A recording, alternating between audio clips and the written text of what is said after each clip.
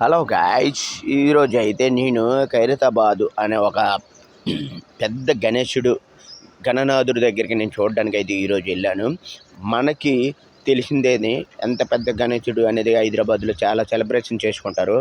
ఇలాంటివి నేను ఎప్పుడూ చూడలేదు. ఇంత పెద్ద గణనాథుడు చూడడం ఇదే మొట్టమొదటిసారి.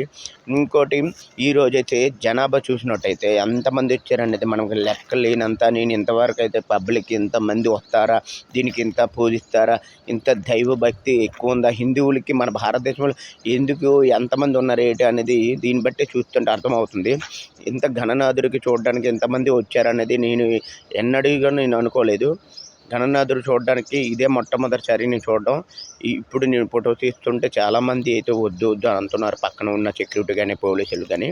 అలానే చాలామంది అయితే చూడడానికి అయితే ఎదురు చూస్తూనే ఉన్నాము.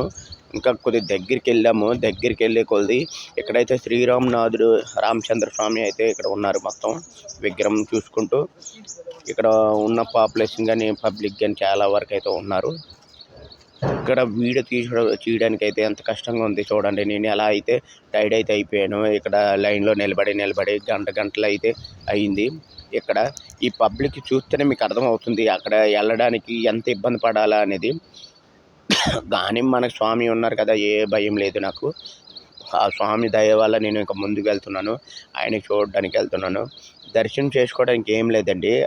ఇంతకుముందు నేను శ్రీ వెంకటేశ్వర స్వామి ఆలయంకి వెళ్ళేటప్పుడు ఇదే పరిస్థితి. అలాంటిది ఇక్కడ కూడా అలాగే జరిగింది.